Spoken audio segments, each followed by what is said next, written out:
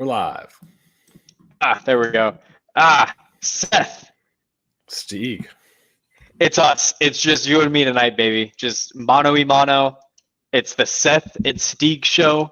People have been clamoring back for this for a while. That's right. And we're giving the people what they want. That's right. Nathan's not here to bring us down. Yeah, Nathan's negativity isn't going to just collapse us all tonight. This is the positive posse. Posse with an O. Let's get it. All right, Seth. I was there. I watched the game at the watch party on Thursday night, which fantastic showing, fantastic outing with everyone. It was fantastic meeting everyone. Seth, I know you had a little family emergency, so I got to leave, dip out a little early, but it was quite literally a good time had by all. I think some people got a little frustrated in the second half. But you're here to talk us off that ledge like you are ever so good at. We'll see. I mean, we'll see how it looks. But I know Nate said he wanted, and he's the boss around here. He's still bossing us when he's not even around. But he wanted to see, and I know a lot of people have been talking about third down defense, especially. I saw a common refrain was we keep dropping 8 every time. So I wanted to go back and just go through just the defense tonight. So if you're looking for anything offensive, not going to be tonight. We're going to just talk about the defense and focus specifically on third downs and then some fourth downs, because that is kind of the ECU was able to kind of keep some drives alive. Even if they didn't get the yards to gain on third down, they would get close enough to go for it on fourth down. So that's where we're going to focus tonight. So let's get started. I'll be going through the plays. Steeg is going to keep track of. He's got his handy dandy notebook. It's actually a USF notebook too. Look at that. He's always prepared. Steeg's like a Boy Scout. He's gonna track basically 3 down, 3 down or 4 down. How many defensive linemen are there? Are they rushing 3 and dropping 8? Man or zone? Are they playing man coverage or zone coverage? And then blitz or no blitz? Do they blitz? Do they not blitz? So we'll get a tally at the end so we can go back and really see, did they drop 8 every play like it felt like to a lot of people? Or did they try to do some different stuff and maybe it worked, maybe it didn't? We're here to provide stats and prove people may be wrong, maybe right. Yeah, we're here for the stats. It might be somewhere in between. So we're just here to watch it and kind of just provide a little context, and let's see how it looks. We all got to watch it Thursday. So let's check it out. So 3rd and 9, first quarter.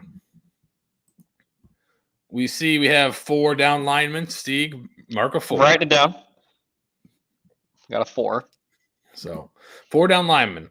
Rushing 4. Not man coverage, though, dropping to zone. So this seemed to be a coverage they really liked all night. So it looks like the way they're playing the corners, it looks like they're playing the corners are playing almost cover 2, right? In cover 2, you have 2 deep safeties. The corners in a real traditional hard cover 2. Corners are playing the flats, right?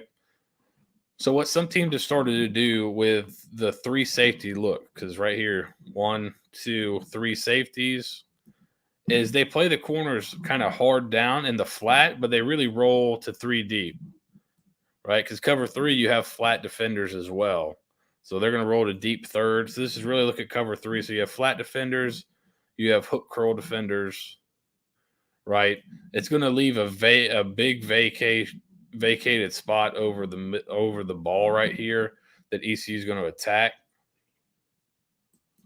And this is what you call spot dropping. So they're dropping to spots, right? So you see how he just turns and runs to the spot to get there into the zone. Spot dropping is starting to go out of style a little bit. It's getting tougher and tougher to do with how sophisticated offenses are. But right here, spot dropping, you leave a spot over the ball, quarterback makes an accurate throw, but you're able to pull the ball loose and cause a fumble. So technically, I believe that's counted. I'm not sure if that's counted as a stop on 3rd down or not. You got off the field on 3rd down, but you really played some zone, rush 4, no blitz. and you really gave up the conversion, but you were able to kind of get yourself out of it by causing the fumble here. So Seth, I'm adding a fourth column. Yes. I hope you don't mind. I'm gonna do something a little different. I'm gonna add a fourth column that says stop. Okay. And I'll count that as a stop because I mean, by all the definitions of what you want the defense to do, it created the turnover on third down and got the defense off the field, got the opposing offense off the field. So I count that as a stop. I like it. And then up front, running a little bit of a game here, so it's not just a straight rush, a little bit of a game, trying to do something. So on both sides, you got a little game running there. They get the ball out, but you get off the field with a strip. So that's one third down. Next third down, I believe. So right here, you got bunch up top. A cut, like a tighter split here. So a tighter split, maybe you're thinking some type of crossing route. You got 3 down linemen, and now he walks up as the fourth. 4 down linemen and a blitz and man coverage. And there you go. Get a stop for, I believe, looks like a 4 or 5 yard gain. I think a 4 yard gain on this mesh. They're trying to rub you and mesh right here. Good job defending this. Tackle for 4 yards on third down. That's a third down stop. Now, unfortunately, they're going to go for it on fourth down, but there you go. So the last one you play, even though you rushed 4, you played zone. Here you brought some pressure and then played man behind it. Force the quarterback to get the ball out of his hands quickly, and you're playing man. So if he gets it out of his hands fast, you're right on top of the route. 4th and 2, this has got to be a bust. Like, this is not – there's no way – I wouldn't imagine this is what the call was here. So if you watch everybody else but one corner, it looks like just straight cover one, like man-to-man coverage. Right? Here. So it looks like man-to-man, right? So here, I'm thinking of a different one. So here it's just a straight run play. I'm thinking of one coming up here in a minute, I believe. Here's just a straight run play. Cuts it upfield. But if you look at the coverage, they're not playing soft. They're playing on 4th and short here, man-to-man coverage. ECU runs zone here.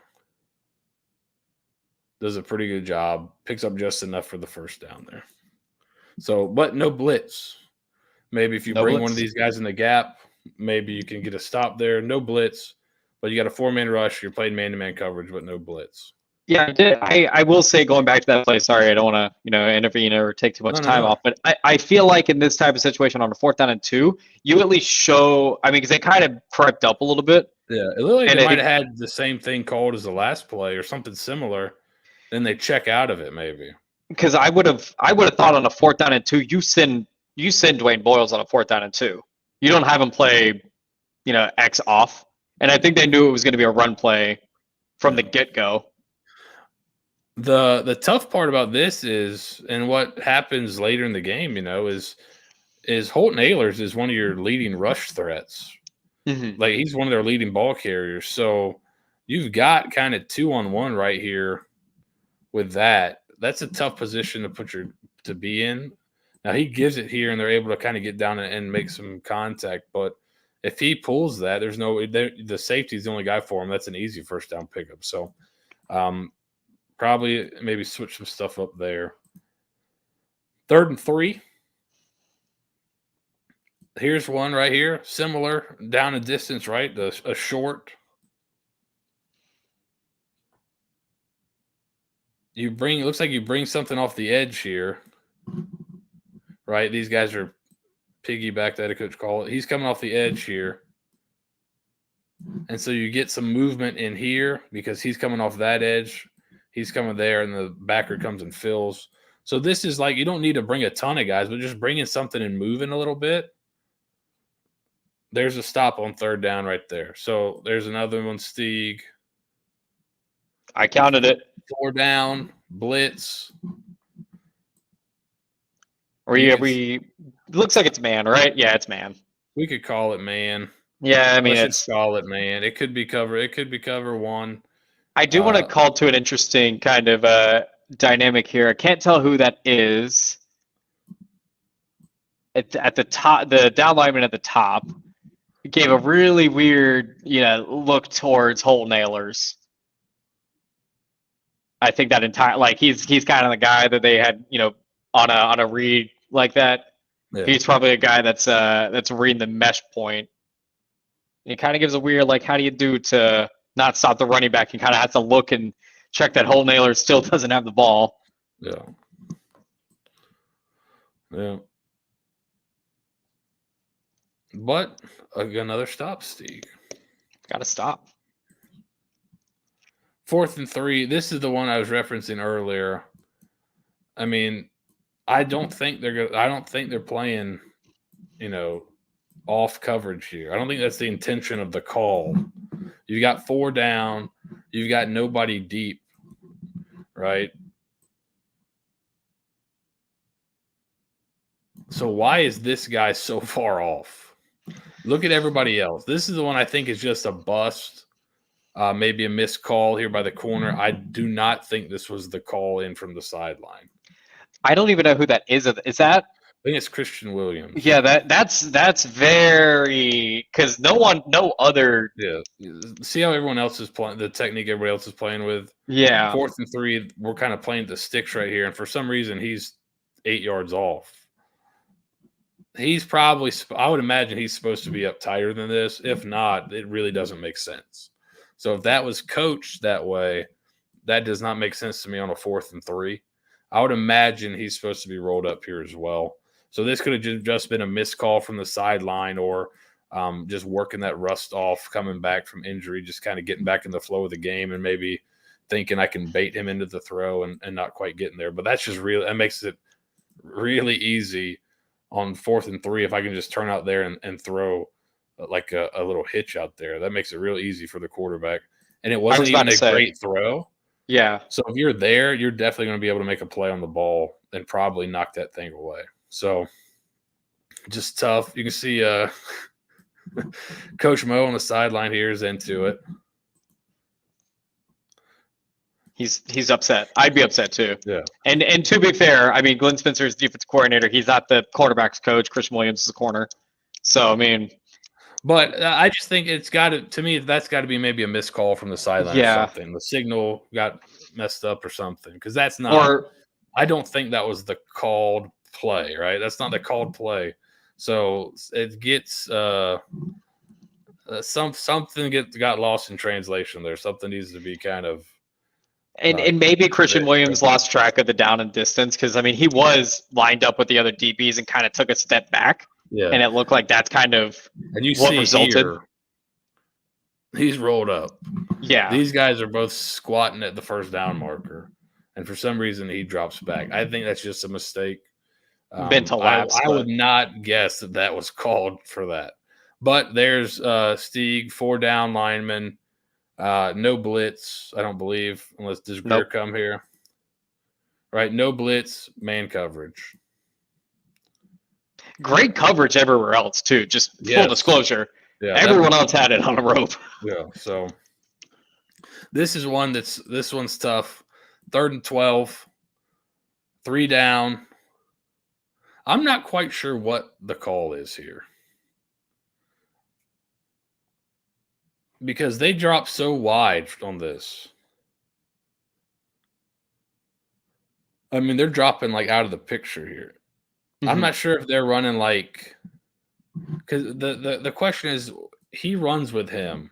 So I don't know if it's the way he's running out to the flat, it's almost like he's taking a deep quarter and they're playing like a version of cover 4 with 4 guys deep. And he's turning and flying to the flat because he's got to get out there. But he's turning and running with number 1. So I'm not sure. Maybe they lock that up where he's got a man wherever and will still be 4.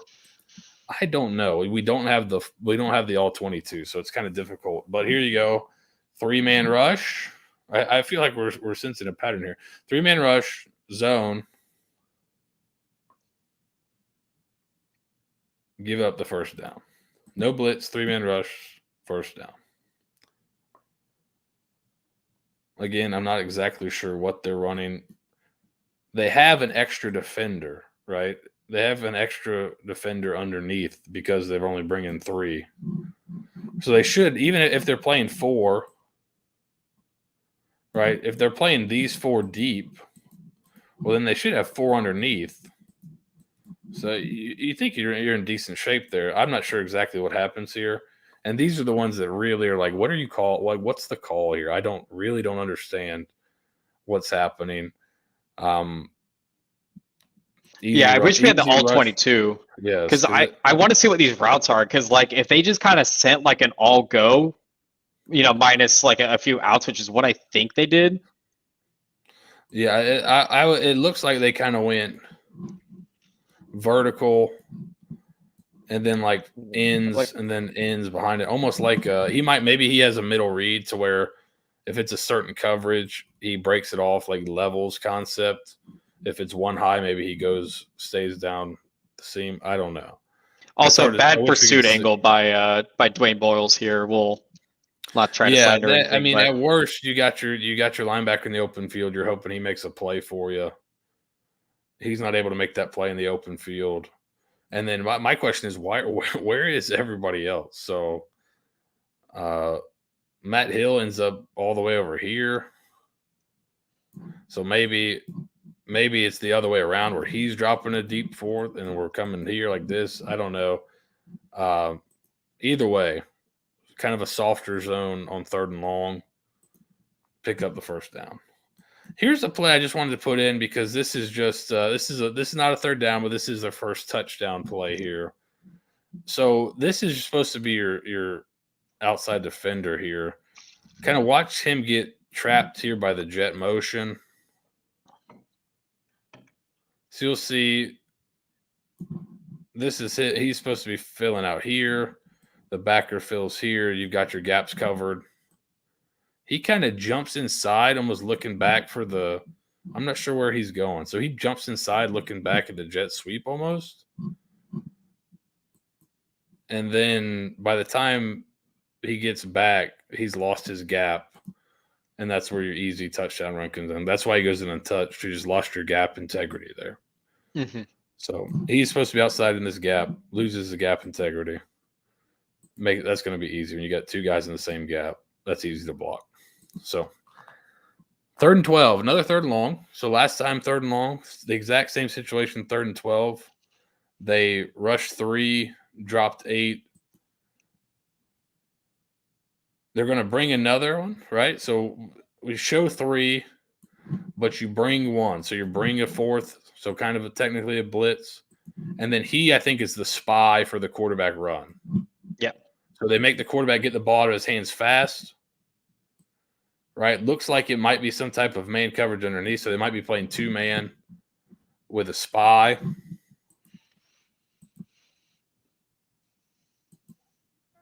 And this may be a called blitz, or it could possibly be he's got the back and then he adds on when he sees the back in pass protection. He adds on with him, adds on to the rush, makes him get the ball out of his hands fast. Completed pass, but they end up punting here, I believe. So next time around, it looks like. Yeah. 3rd and 8 here. Similar position. Again, you got a 3-man, 3-down lineman here. Mm-hmm. 2 deep. Flush them out of the pocket. Make a play with the linebacker. So there's a 3rd and 8. Drop 3. Or rush 3. Drop 8 and play. And you got the spot. So this could be, again, it's hard to see without the all 22, but you can kind of just see the way guys are challenging stuff. This could very well be 2-man again. So 2 over the top. Again, it's hard to see, but you have the linebacker going out here with the back to that side. You have turning and running with the corner, even though he's got a safety over the top. You kind of have these guys look like they're eyeing the receiver in front of them. Mm-hmm. So even though they only brought 3, they played man underneath, so they didn't give up the easy, quick throws and then you have a spy left over for the quarterback if he wants to run. So that could be why they didn't rush 4. They wanted that keep that spy, but also have the integrity of being able to play the man coverage. So here, And you have go ahead. I was about to say you have your best linebacker one-on-one and open field tackle again. Yep, and he makes a play. He makes a play. Get you to 4th and 5 here. So now you go to you're down to the 4 down lineman on 4th and 5 here. Looks like you change your coverage here. And this is one where you drop into a zone and you just, you got to kind of understand down and distance. Probably don't want to be dropping 8 yards deep when it's 4th and 5. That's just really easy. All he's got to do, drop it underneath to a check down, and he's going to pick up 6 yards just by turning around, basically. So yeah, tough one to give up on 4th down. This is one you got to be a little bit more conscious of where the sticks are at, I think, and play and kind of play for the 1st down marker. So there's 4-man rush, no blitz, zone, unsuccessful. 3rd and goal, 3-man rush here, or 3-man line at least. 3-man rush, drop into a zone. The quarterback takes off and runs. Technically, you get the stop. It didn't. This one was an interesting one to watch the replay of, but this counts as a stop, I suppose, right? They didn't score. They didn't. They got real close. Yes. So again, 3-man rush, dropping the zone. Quarterback just takes off on you. I'm starting to feel like there is a theme that I think people felt in the moment that may be correct. And then you got your 4th down here. I'm not counting this one, full disclosure. No, you won't count it, but it's a great one to watch them. Yeah. Absolutely blow up a quarterback sneak. I mean, holy cow. Which, I mean, like Seth, you probably know this in Oklahoma drills. The defense won this one way or another. Like, they could have picked the ball up, but, look at that push. Yeah. Low man wins. That's right. That's right, baby. Too much grit on the goal line there. I first saw this. I first saw Harris there picking up that ball and just looping it back around for a touchdown. I was like, he's going to do it. Yeah, it really felt like that way, didn't it? Like, oh like, my gosh. Right there. I was like, it's happening. Before you can see this, you're like, oh my gosh, he's going to pick it up and there's nobody left. Oh, thank God. Yeah. So great stand by the defense there on 4th and goal, holding without a touchdown there. All right, 3rd and 9. Another 3rd and long here. You got a little motion. 3-man rush, it looks like. Zone dropping. Force them to run.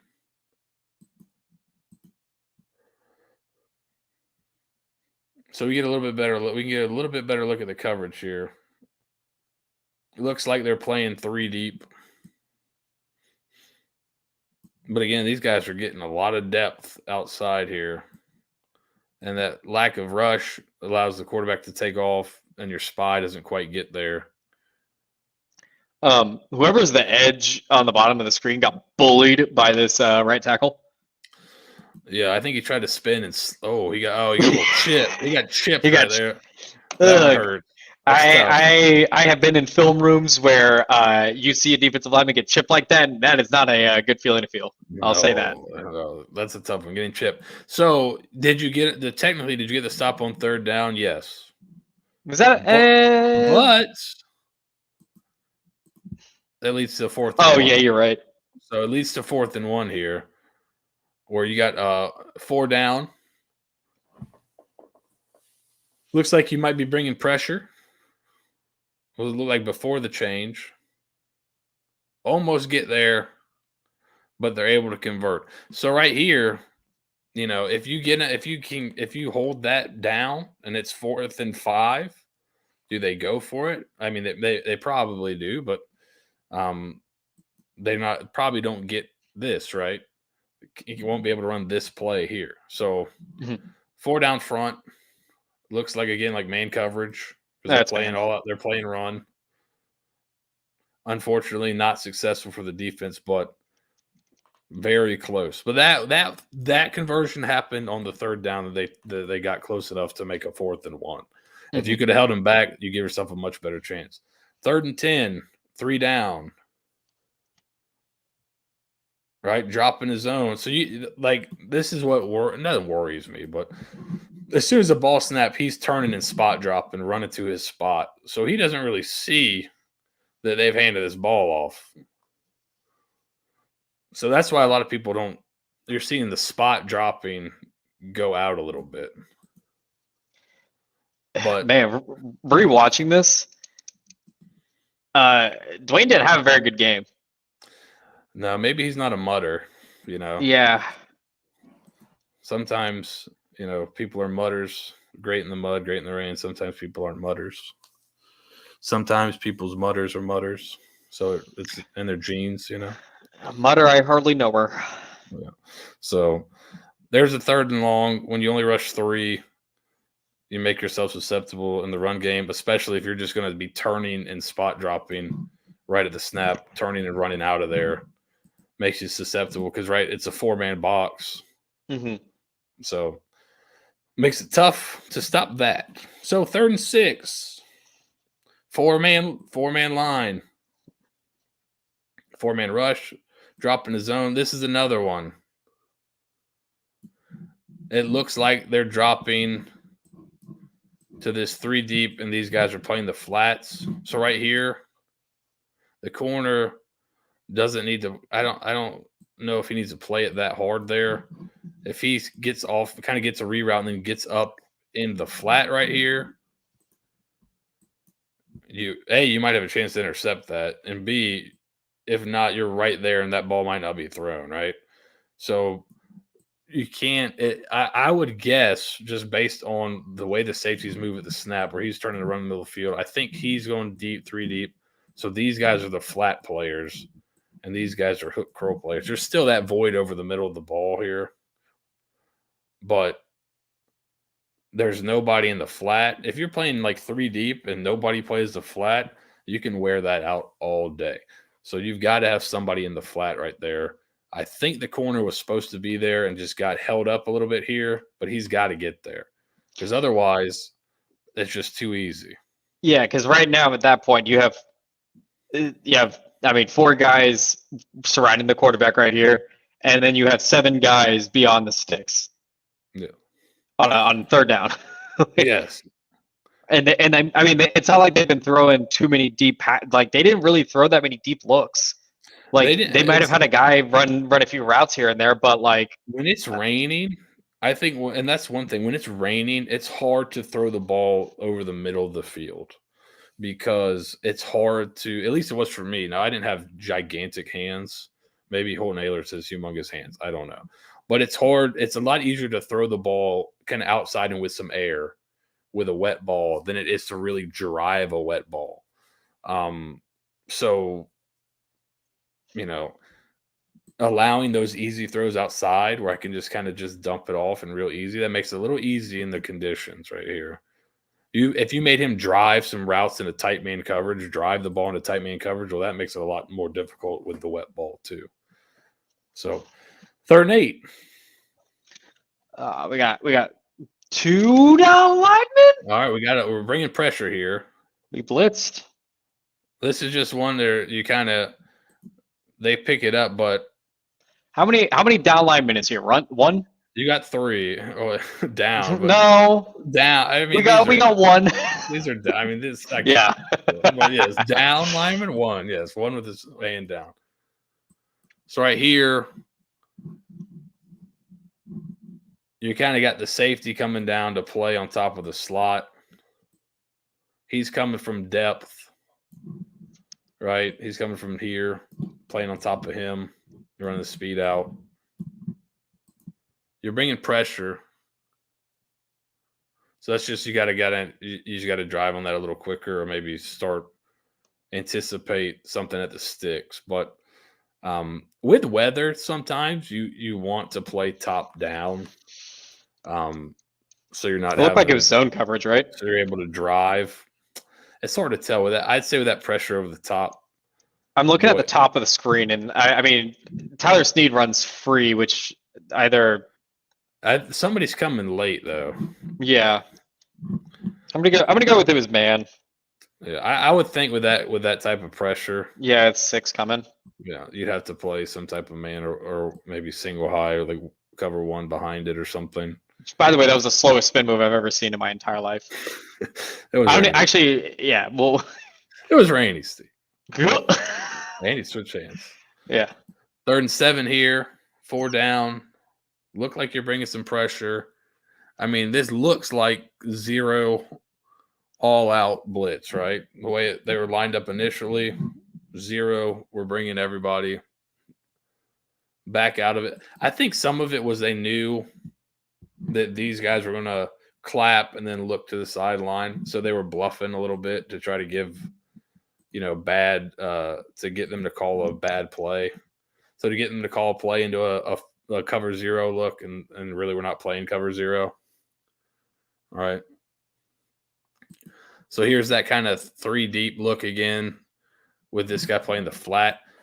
So the unfortunate part is if they did that to play before and he kind of turns like he's running with the go route and he sits on the out, you might get a pick out of that, right? You can kind of trap that guy. Mm-hmm. So here I think they're kind of hoping that the quarterback throws him one. And you see he's sitting here waiting, hoping that he throws this thing and he can break on it. He goes outside. Little high, but that's a tough window. It's a whole shot, but it's not an easy to throw over a guy in front of another guy. Safety gets there a little late, but throws not quite there. I don't even know who that was. Who had safety? Yeah, who is? I can't tell who that. I think it's our favorite son. Is it Brock Nichols? It was Brock Nichols. I thought it said 26. I was like, ooh, I don't know about that one. Yeah, so switched it up a little bit there, kind of seeing if they could snake them into throwing that out route and jumping it. But bad throw gets them off the field. Then I think it's the last 3rd down. So right here, this looks like man coverage with possibly some type of pressure here, but at least a 4 down. And unsuccessful. So I think that's the last 3rd down. Yep, we're back to the top. So no blitz. Let's do. Oh, do we man. have the tally ready? Jesus. Yeah. Hold on. What's the tally? So let me get this right. 3. So you see that it definitely seemed, and we'll get the confirmation here in a second, but it definitely felt like when they played softer zone that ECU had a lot easier time converting. When they played man, it was a little bit tougher, not including kind of the run game, but especially in the passing game. Alrighty, hold on. So let's get the numbers here.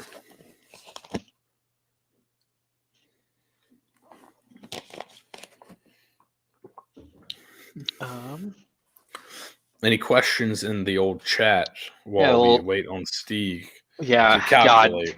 God. I'm not even doing percentages of just counting.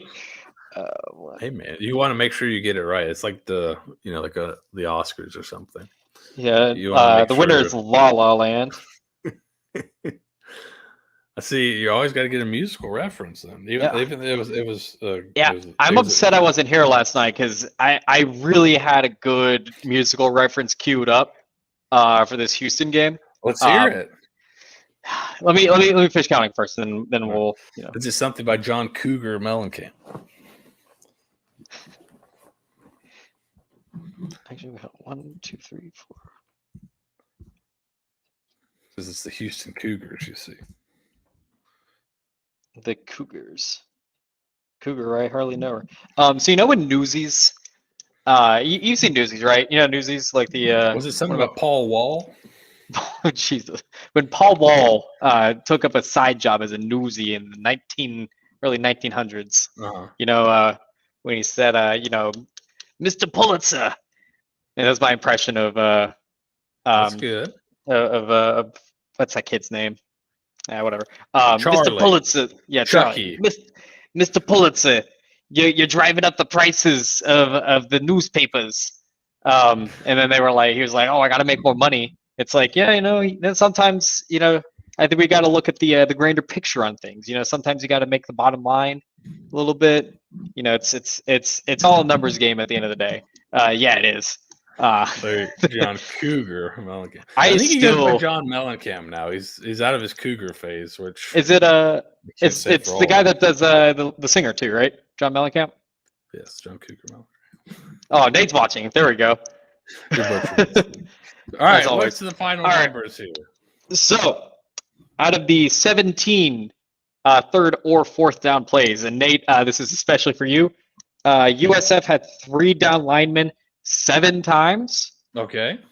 Had 4 down linemen 10 times. All right. And what was the success rate? What about zone versus man? Zone versus man, we ran zone about 8 times, give or take. Some of those are kind of questionable. Man, 9 times. This is the more staggering number of all. Blitzed 5 times, didn't blitz 12 times.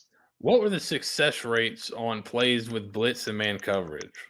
Let's see. So blitz. How many plays had blitz and man coverage? 1, 2. Oh wait, blitz and man. 1, 2, 3, 4, 5.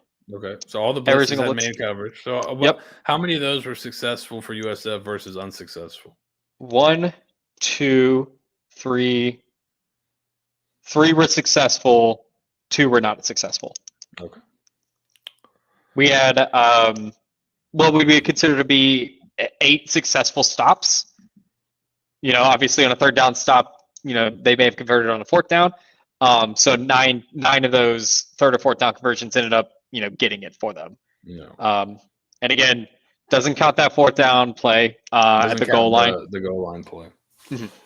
So, is there any pattern you're seeing to where it felt? Because going back and watching it, and then watching it live, I think a lot of people felt like when they played the passive zone, when they just played straight zone, rush 3 or rush 4 without blitzing, that it was not really successful very often. Mm-hmm. Does it play out that way? I think the problem, not to derail off the question or anything, I think what ends up happening a lot of times for people observing, and I'm accustomed to it as well, when on defense, when it rains, it pours, and when an offense starts clicking, on the other side of things, it feels like at times, you can't really. It feels like there's nothing you can do that stops it. Yeah. And in our sake, when we were watching it, it did feel like USF was, rushing 3, dropping 8 pretty consistently. But to be fair, they've been doing that a lot this year. Yeah. And I think when you look back at the not the Houston game, the other Cougars, the BYU game, where defensively we got torched on those big pass plays, and we may have the short-term memory week to week, but I'm foregone to say that there might not be short-term memory loss by some of these defensive backs, because the way that like Christian Williams and TJ Robinson and Mekhi LaPointe, the way that they were dropping in coverage made it seem like ECU was chucking it deep all night and taking those deep shots, when aside from that long touchdown pass, I don't think they really threw it past like 15 yards much of the night. It felt like it was very chippy. The only throws that were kind of over 10 yards were a lot of the throws they were throwing, like go routes to the outside and just kind of throwing it up there and let their guy make a play. Some of those appeared to be pushing off, but it's not like they were driving the ball down the field, which I think if you have a critique, which you probably have more than one, but one critique of that where you're talking about you don't want to give a big play as well. And on these weather conditions, are they going to really be taking shots, driving the ball down the middle of the field? I don't know. So I think it would be a little bit tougher. So these conditions maybe would change your game plan a little bit to go with the conditions. And then we talked about on the podcast last night, you also have to change your plan a little bit into factoring in how much people are going for it on fourth down nowadays. So if it's 3rd and 8, giving up 7 isn't really a win, because teams are going to go for it on 4th and 1. You've really got to hold them to it. Almost becomes like the success rate on second down, where you got to hold them to kind of half the yardage they need or less. If you do that, that's successful, because that'll more likely ensure a punt is coming. But so many people are going for it on fourth down. I don't think you can play just to give up 5 or 6 yards on a 3rd and 8. You got to, you can't play to give up 7 on 3rd and 8. You got to play to give up 3 or an incomplete pass. You got to play a little more aggressively, I think, just with the way football's going. So that would be kind of my one thing that maybe that's something they need to look at. But they did try different stuff, but it did feel like when they kind of were a little more passive, it allowed ECU to have a little bit more success. Because even on the ones where they didn't technically convert, they got themselves into the short yardage fourth down area. So to allow them to go for it on fourth down. So I thought being aggressive was probably the way to go. It seemed like they didn't really go that way. And I think that's what a lot of people saw and felt watching the game. And it was also the inevitable kind of slipping of the lead that kind of compounded most of this. I mean, I would need to double check, but I'm pretty sure we only stopped them twice in the second half on a third or fourth down conversion. And I think one of those ended up being a 3rd to 4th down conversion. So, when you only stop them on a 3rd and 4th down once, and it's twice, and it's because the receiver dropped the ball or it was a bad throw, we got to stop. But I mean, a whole nailers makes a better throw there. Yeah, it's an unforced error. Yeah, it's an unforced error in tennis, which is a lot like kissing your sister. It's not worthwhile. But I mean, at the end of the day, I think it was a combination of, all right, we got our first half lead. Things are good. Offense isn't exactly clicking. I know we didn't break down that film, but the offense wasn't exactly giving signs of encouragement in the first half. I don't want to say it was a poorly called game by any stretch of the imagination, but I never at any point thought Travis Marsh was going to lead us on a 95-yard touchdown drive.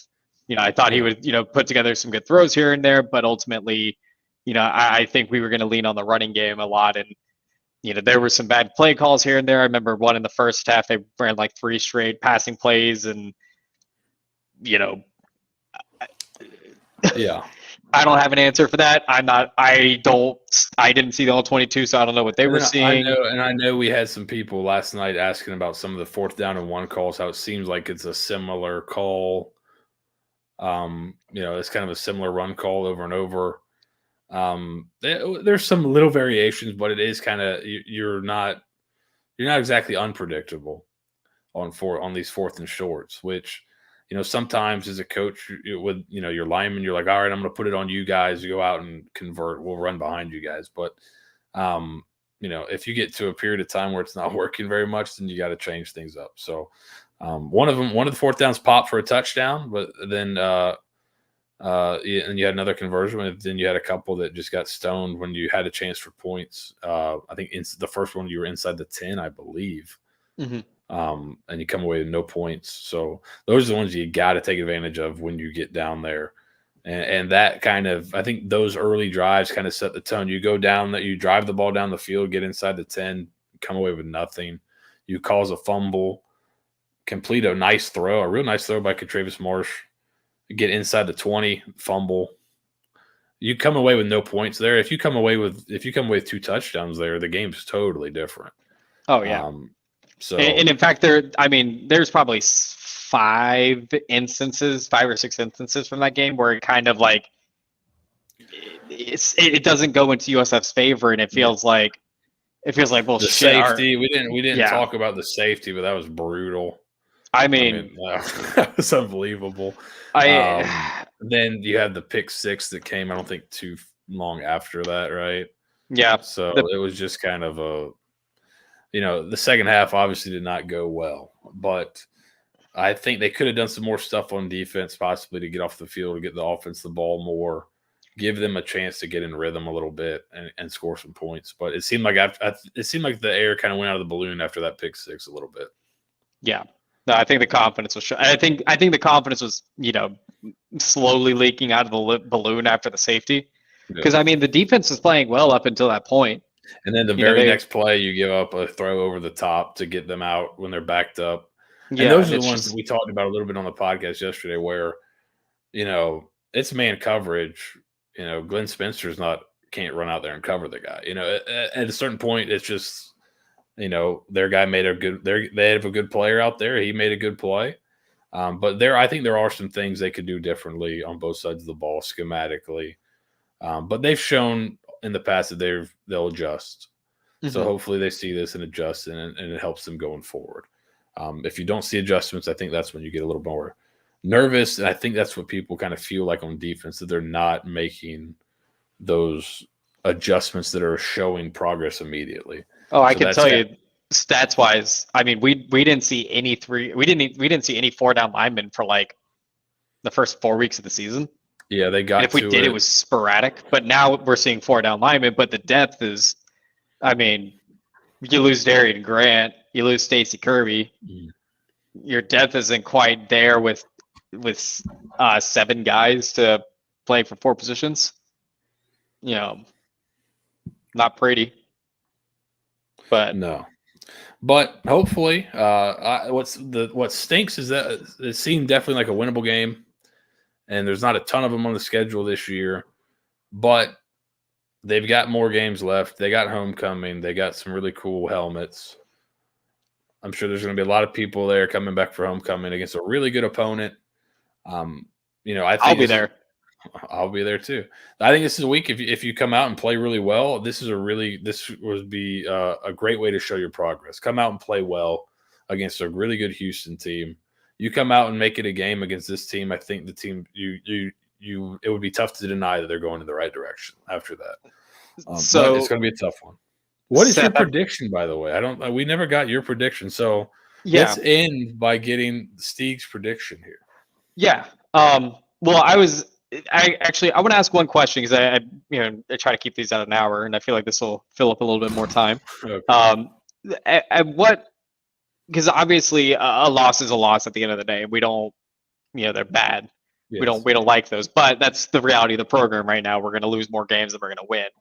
At what happens on Saturday specifically that's going to make you say, okay, yeah, that's good progress? Is it keeping the game close on offense, on defense? Is it being able to? If they cover this spread, I would be pleasantly surprised, and I think you'd have to almost. Now, depending on the game, if it's super fluky and there's all kinds of weird turnovers, that kind of stuff, but I think where I'm looking for progress in this game is how does this offense with what they say is a fully healthy Timmy McClain now, how does this offense look against a really, really good defense? Because Houston is one of the top defenses in the country this season. If your offense is able to move the ball and score points against this defense, you got to feel really good with where they're at. So I think that's kind of a big one to watch. Defensively, can you get off the field on third downs? Can you finish drives? Their third down percentage was not bad when you go back and look at it, but when you add in the fourth downs, that's where it becomes, you're letting drives keep getting extended. So that's where I'm looking for progress is kind of really, I think this week the real focus will be on the offense. If they're able to play really well, I think you got to feel really good about where they're going, because this is probably their toughest test in conference thus far this season for sure. Maybe one of their tougher tests of the season. Yeah. I've got 3 things that I think is going to be my keys. If these 3 things happen, either the game is close or USF wins, and we can officially say Jeff Scott is making progress. 1, on offense, if we don't give up a sack, because Houston's coming in. Our offensive line has played well this year. I think Timmy's been running into a few sacks here and there. Houston is top 5 in tackles for loss and sacks this year. So, and you know who's bottom 5? That'd be USF, last in sacks and second to last in tackles for loss. So, I think if the offensive line plays well this game, not gives up a sack, limits the tackles for loss. Those are kind of fluky here and there. I think that's a pretty good sign. Defensively, I would absolutely love to see a team convert less than 50% of their third downs and subsequently fourth downs as well if that comes That's to the table. It's really like I'd like to see the other team punt like 6 times. Yeah, like 4 or 5 punts, depending on the scope punt, of things. The kicking. I would like you want the other team to be ending drives punting, or if they drive down there kicking field goals. Mm-hmm. Because they if you just look at the raw third down numbers last week, they're like, oh, that's not that bad. But it's the fourth down numbers, like we referenced already. So if you're forcing punts, so let's see like 5 or 6 punts by the Houston punter. Yeah, I think that's a good goal. No, that is. And then last, and this is purely contingent on one person in particular. Actually, it's contingent on. We all know, don't kick to Marcus Jones. Yes. Don't kick to him. My hope is that we don't have to have Spencer Schrader kick too much so that he gets leg fatigue or anything like that, because that kid can boom it out of the end zone if he wants to. But I mean, if it comes down to it, and we have to, like, Schrader's leg is a little tight. Yeah, I don't pooch kick it. Like, do anything but. I'd rather Houston get like decent field position at like the 40 or the 30 or something like that than to just go ahead and put our defense back out on the field.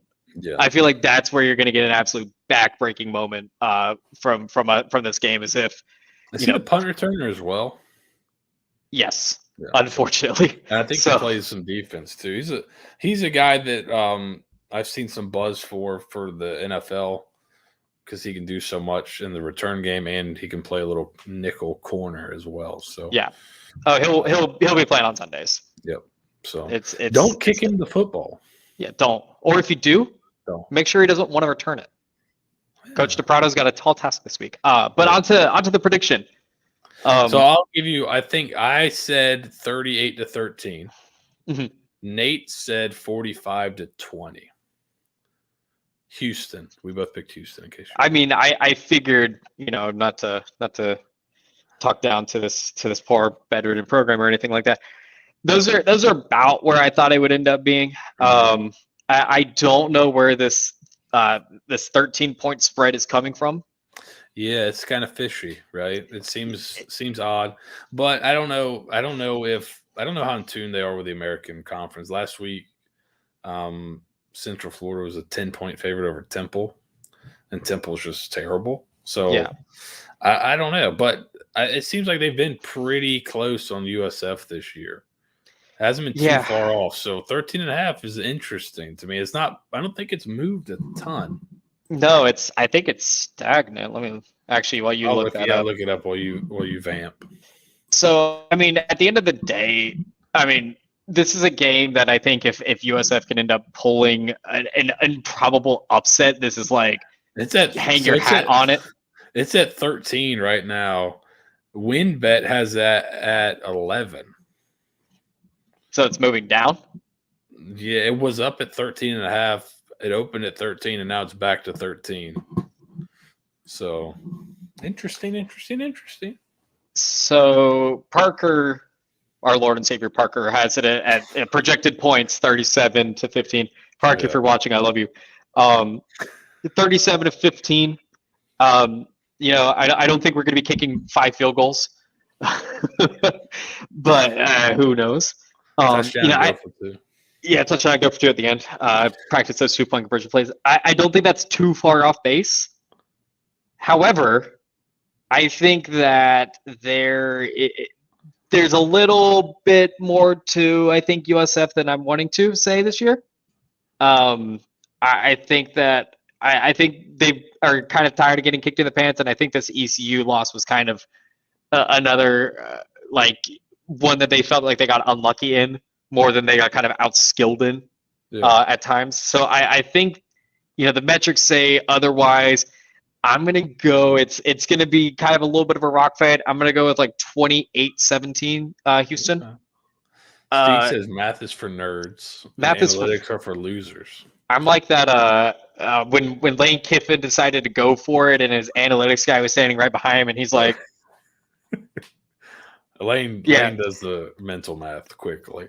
Yeah, he does do that. But I think if you had to compare a musical to do you have one this week? You've been so good with with your musical predictions. Yeah, it's I mean, been up last there. week you did explain a musical to us and say this game's going to be nothing like that musical. Did the game actually end up like that musical?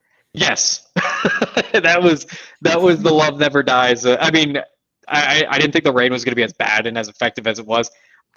If Timmy didn't, if it wasn't Trey Marsh, I think it might have been a little bit more of a respectable game. And I think that safety call and all that stuff, it did end up being a lot like Love Never Dies. So you're used your powers for good here. So what's the one this week? You got one? Praying for Redemption says run the ball 40 plus times, we win. I think running the ball is, if they're able to run the ball effectively, I think that is their best chance.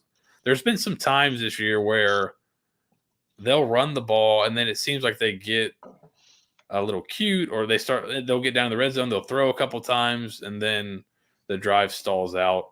I say lean into that running identity. Run some of this. Get some of the same stuff you ran against Temple. I thought it was a good game plan.